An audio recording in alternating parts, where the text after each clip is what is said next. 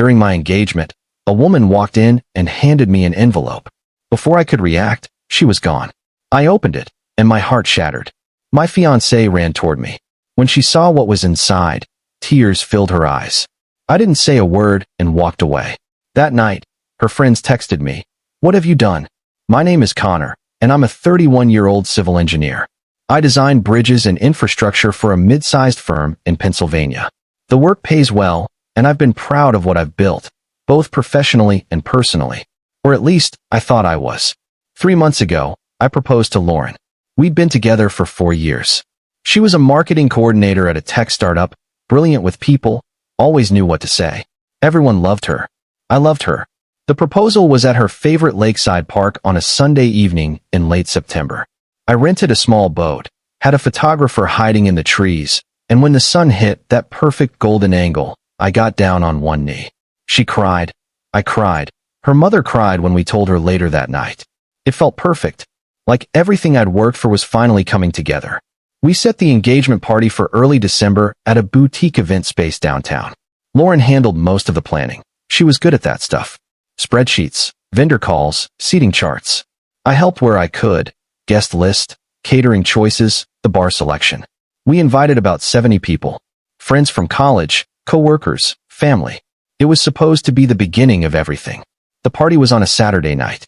I remember the date because it was December 7th, exactly 3 months after the proposal. The venue had these floor-to-ceiling windows overlooking the city, soft amber lighting, a live acoustic guitarist in the corner playing covers of songs we both loved. Lauren wore a navy dress that made her look like she belonged in a magazine. I wore a charcoal suit my brother helped me pick out. We spent the first hour greeting guests, taking photos, laughing at toasts that hadn't even started yet. My mom kept pulling me aside to introduce me to distant relatives I'd forgotten existed. Lauren's best friend kept making jokes about wedding dress shopping. Everything felt warm and right. Around 7:45 p.m., I was standing near the bar talking to my best friend, Tyler, about a project deadline at work. He was telling me about his recent promotion when the front door opened. A woman I'd never seen before walked in. She was maybe late 20s, dark hair pulled back in a tight ponytail, wearing jeans and a black coat. She didn't look like she belonged at an engagement party. She looked nervous. Her hands were shaking. She walked straight toward me. Tyler stopped mid-sentence. I watched her approach, confused, trying to place her face. Had we gone to college together? Was she someone's plus one? She stopped about 3 feet away and held out a manila envelope. "Connor," she asked, her voice quiet but steady. "Yeah. You need to see this." Before I could ask who she was or what this was about, she pressed the envelope into my hands and turned around. She was out the door in seconds, moving fast like she was afraid she might change her mind. I stood there holding it, people starting to notice, conversations around me fading into a dull murmur. The guitarist was still playing some indie cover in the background. Tyler leaned in. "Who was that?" "No idea." I looked down at the envelope. My name was written on the front in blue ink. Nothing else. No return address. No explanation. I opened it. Inside were printed screenshots, text messages, bank statements, photos, everything neatly organized, like someone had built a case file. The first screenshot was a text conversation between Lauren and someone saved in her phone as A. The messages went back months. April, May, June. They were explicit. Not just flirty, explicit. Plans to meet. Descriptions of what they'd done. What they wanted to do again. Words I'd never heard her use with me. I felt my stomach drop. The second page was a bank statement. Lauren's name at the top. Transactions to a hotel. The Grandview, about 20 minutes outside the city. Multiple charges over the last 6 months. Always the same day of the week. Thursdays. Always between noon and 3 p.m. 50, sometimes 70 transactions between June and November. The third page was a photo. Lauren and a man I didn't recognize. They were sitting at an outdoor cafe, his hand covering hers on the table. She was smiling. Really smiling. The kind of smile I thought she reserved for me. The timestamp was from 2 weeks ago. The Thursday, I thought she was working late on a campaign pitch for a new client. The fourth page was more texts. Recent ones. From last week. "I can't wait to see you Thursday. I've been thinking about you all day." Same here. This is getting harder to hide. I know, but we'll figure it out. I promise. I don't remember breathing. Lauren must have seen my face because she came running over from across the room where she'd been talking to her bridesmaids near the dessert table. Connor? What is it? What's wrong? You look like you've seen a ghost. I didn't say anything. I just handed her the papers. She looked down. Her face went white, then red, then her eyes filled with tears. She looked up at me, then back at the papers, then at me again. Her mouth opened, but no sound came out. Connor, I held up my hand. I didn't want to hear it. Not there. Not in front of 70 people who came to celebrate us. Not in front of my mother. Not in front of her father, who'd given a toast an hour ago about how proud he was to welcome me into the family. I turned and walked toward the door. No explanation. No scene. I just left. I could hear her calling my name behind me, her voice breaking. Connor, wait. Please. Let me explain. I kept walking. I pushed through the front door and out into the cold December air. My car was parked 2 blocks away. I got in and drove. I didn't know where I was going. I just drove. My hands were shaking on the steering wheel. My heart was pounding so hard I thought it might break through my chest. Update 1. That night, I ended up at Tyler's apartment. He'd followed me out of the venue, tried to stop me at the door, but I told him I needed to be alone. He didn't push, just nodded and let me go. He texted me an hour later asking where I was, and I finally told him. He didn't ask questions, just said, "Door's unlocked. I'm at the venue helping clean up. Be there in 20. I sat on his couch and stared at the wall. I didn't cry. I didn't rage. I just felt empty, hollow, like someone had scooped out everything inside me and left just the shell. Around 11 p.m., my phone started blowing up. Text after text. Lauren's friends. Her bridesmaids. People I considered friends too. What did you do? Lauren's a mess. You need to come back. She said you humiliated her in front of everyone. Whatever you think happened, you're wrong. She made one mistake. Don't throw away 4 years. I didn't respond. I turned my phone off and tried to sleep on Tyler's couch. I couldn't. I just lay there staring at the ceiling, replaying every Thursday for the past 6 months. Every late work meeting. Every campaign deadline. Every time she said she was too tired when she got home and went straight to bed. The next morning, I woke up to 43 missed calls. Most were from Lauren. A few from her mother. One from my own mother, asking what the hell was going on because Lauren had called her at midnight crying, saying I'd abandoned her at our engagement party. I called my mom first. Explained everything. Read her some of the texts over the phone. She was quiet for a long time, then said, "Oh honey, I'm so sorry. I'm so sorry." I told her I needed time and that I'd call her later. Then I turned my phone back off. Tyler came home around 10 a.m. with coffee and bagels. We sat in silence for a while before he finally asked, "Do you know who the guy is?" "No idea." "Do you know who gave you the envelope?" "No." "You gonna find out?" "Eventually." He nodded, taking a sip of his coffee. "You need a lawyer?" I hadn't even thought about that. We weren't married yet, but we'd been living together for 2 years. Shared lease on a 2-bedroom apartment in the city. Shared bank account for household expenses, rent, utilities, groceries. Joint gym membership. Her name was on my car insurance. This was going to get messy. "Probably," I said. That afternoon, I went back to our apartment while Lauren was out. I'd texted her from Tyler's phone telling her I was coming and asking her to leave. She responded immediately. "Please, can we just talk face to face?" I didn't respond. When I got there, she was gone. But she'd left notes everywhere. Sticky notes on the bathroom mirror, the refrigerator, the coffee maker. All saying the same thing. "I'm sorry. Please talk to me. I love you." I grabbed clothes, my laptop, some personal things. Important documents. My grandfather's watch. I left my key on the kitchen counter with a note. "I need space. Don't contact me." I stayed with Tyler for the next week. Update 2. 5 days later, I got a call from an unknown number. I almost didn't answer, but something told me to pick up. "Connor." It was the woman from the engagement party. "Who is this?" I asked. "My name is Bryn. I was seeing someone. His name is Aaron. He works at the same startup as Lauren. I found out about her 3 weeks ago when I went through his phone after he came home late for the 5th time that month. I'm sorry for what I did at your party, but I didn't know how else to reach you." He wouldn't stop seeing her. She wouldn't stop either. I confronted him multiple times.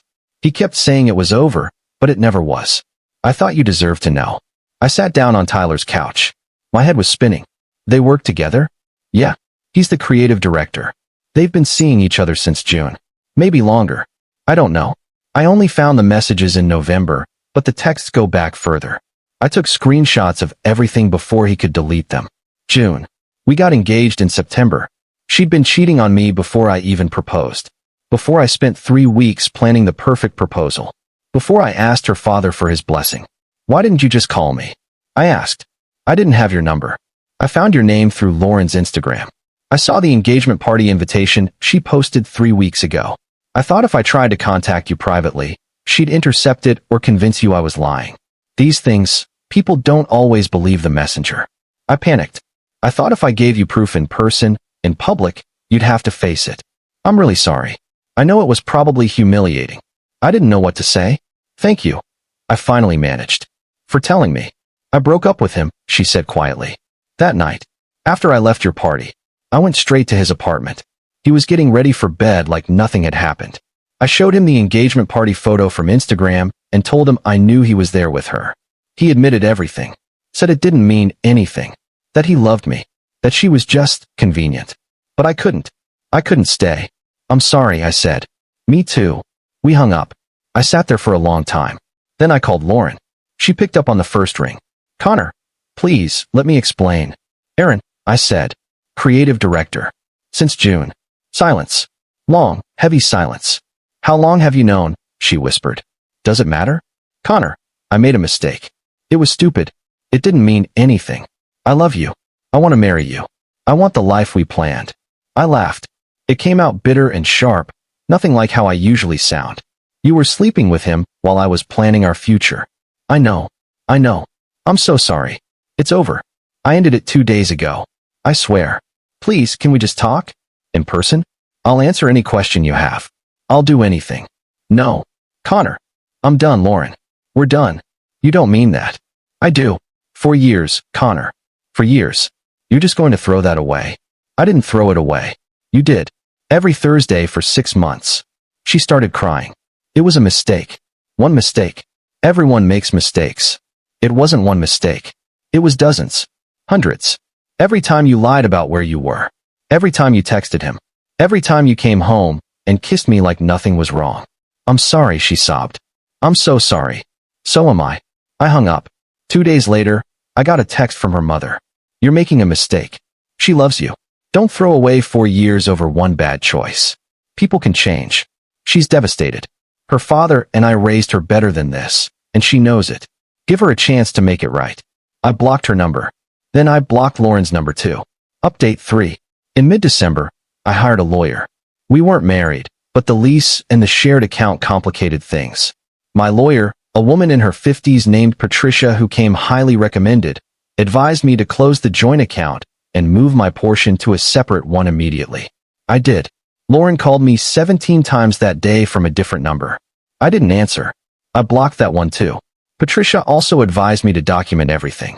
Keep the envelope. Keep records of all transactions. Screenshot any communication. I did all of it. By Christmas, I'd moved into a small one-bedroom apartment closer to work. It was quiet. Empty. Bare walls. A futon Tyler lent me until I could buy a real bed. I didn't decorate. I didn't see the point. My mom offered to come help me set up, but I told her I needed to do it alone. Tyler invited me to spend Christmas with his family, but I declined. I wanted to be alone. I ended up ordering Chinese food and watching old movies on my laptop. It was the loneliest Christmas I'd ever had. On New Year's Eve, I was scrolling through my phone when I got a message request on Instagram. It was from Aaron. I know you probably hate me. I just wanted to say I'm sorry. What happened between Lauren and me was wrong. I take full responsibility. It started as just friendly conversation at work and became something it shouldn't have. For what it's worth, she really does love you. She talked about you all the time. She made a mistake. We both did. I hope you can find a way to forgive her. She's a good person who did a bad thing. I stared at the message for a long time. Part of me wanted to respond, to tell him exactly what I thought of him, but I realized it didn't matter. Nothing he could say would change anything. I blocked him. In mid-January, I ran into one of Lauren's bridesmaids, a woman named Kimberly, at a coffee shop near my office. She saw me, hesitated, then walked over. Hey, Connor. Hey. How are you? Fine. She shifted her weight, clutching her latte. Look, I know it's not my place, but Lauren's not doing well. She's been really depressed. She barely leaves her apartment. She's seeing a therapist now. She knows she messed up. She's trying to make things right. I took a sip of my coffee. That's not my problem anymore. I get it. I do. But she really loved you. She still does. What she did was awful, but people make mistakes. She's human. She had a funny way of showing it. Kimberly looked down at her cup. I told her not to do it. Back in July, I saw them at a restaurant together and confronted her. She swore it was just lunch. A work thing. I believed her because I wanted to. I should have said something to you. I'm sorry. I didn't know what to say to that. So I just nodded. She didn't say anything after that. Just squeezed my arm gently and walked away. Final update. It's been almost 3 months since the engagement party. Lauren and I haven't spoken since that phone call in December. I heard through mutual friends that she quit her job at the startup in January. Apparently, Erin was let go a week before that for undisclosed reasons. Rumors say HR got involved after other employees found out about the affair. I don't know if they're still in contact. I don't care. Bryn reached out to me again in late January. We met for coffee at a small cafe downtown. She wanted to apologize again for how she handled things, and I told her she didn't need to. If anything, I was grateful. She saved me from making an even bigger mistake, marrying someone who didn't respect me. We talked for over an hour. She's doing better now. Moved on. Started therapy too. Dating again, though taking it slow. We're not friends exactly, but we check in on each other every few weeks. It's nice to talk to someone who understands what it feels like to be blindsided by someone you trusted completely. I sold the engagement ring in February. Took it to 3 different jewelers before finding one who gave me a fair price. I lost about 30% of what I paid, but I didn't care. I used the money to book a solo trip to Colorado in March. I needed to clear my head, get away from everything, spend some time in the mountains where things feel simpler. The apartment lease ends in April. Lauren agreed to let me buy her out of it. My lawyer handled all the paperwork. We didn't have to speak. Patricia said she seemed cooperative, almost relieved to be done with it. I don't know where she's living now. I don't ask. I'm still angry sometimes. Not the explosive kind of anger where you want to scream or break things. Just the quiet, simmering kind that sits in your chest and makes it hard to trust people. But I'm working on it. Seeing a therapist of my own now. A guy named Dr. Harrison who specializes in betrayal trauma. Trying to rebuild. Trying to figure out who I am outside of the relationship I thought I was building. My mom asks me sometimes if I think I'll ever date again. I tell her maybe. Not now. But maybe someday when I'm ready. When I can trust again. People keep asking me if I think I'll ever forgive her. Honestly, I don't know. Maybe one day. Not for her. For me. So I can let go of the anger. But right now, I'm focused on moving forward. On figuring out who Connor is when he's not planning a wedding or building a life with someone who didn't value him the way he valued her. I don't regret walking away. I regret not seeing it sooner. I regret ignoring the small signs. The way she'd turn her phone face down when I entered the room. The new perfume she started wearing in July. The gym membership she suddenly renewed after letting it lapse for a year. But I guess that's the thing about betrayal. It's always clearer in hindsight. Tyler tells me I'm doing better. That I smile more now than I did in December. Maybe he's right. I'm starting to feel like myself again. Or maybe a different version of myself. One who's a little more cautious, but also a little more sure of what he deserves. I'm okay. Not great, but okay. And that's enough for now. Edit 1. A few people have asked what happened to the engagement party. We'd paid deposits that were non-refundable, about $4,000 total. Lauren's parents ended up covering most of it since I walked out. I offered to split the losses, but they refused. Said it wasn't my fault. I didn't push it. I appreciated the gesture, though it didn't make any of it easier. Edit 2. For those wondering, yes, I kept the envelope. I don't know why. Maybe as a reminder. Maybe just because I'm not ready to let go of the proof yet. It's in a drawer in my apartment, underneath some old tax documents. I haven't looked at it since that night, but knowing it's there helps somehow. Like proof that I'm not crazy. That it really happened. Edit 3. Someone asked if I ever found out why Bryn chose to reveal everything at the party instead of before. She told me later she'd been debating it for weeks, but when she saw Lauren post about the engagement party with captions about forever and soulmate, something snapped. She said she couldn't let me walk into a marriage blind. I get it now. I'm glad she did it when she did.